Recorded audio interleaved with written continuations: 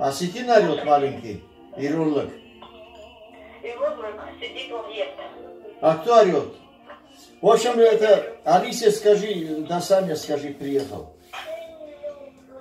Давид приехал, Давид у нас, да. А, Давид приехал. Ничего. И привет передает. Да, привет передает, салам, горячий.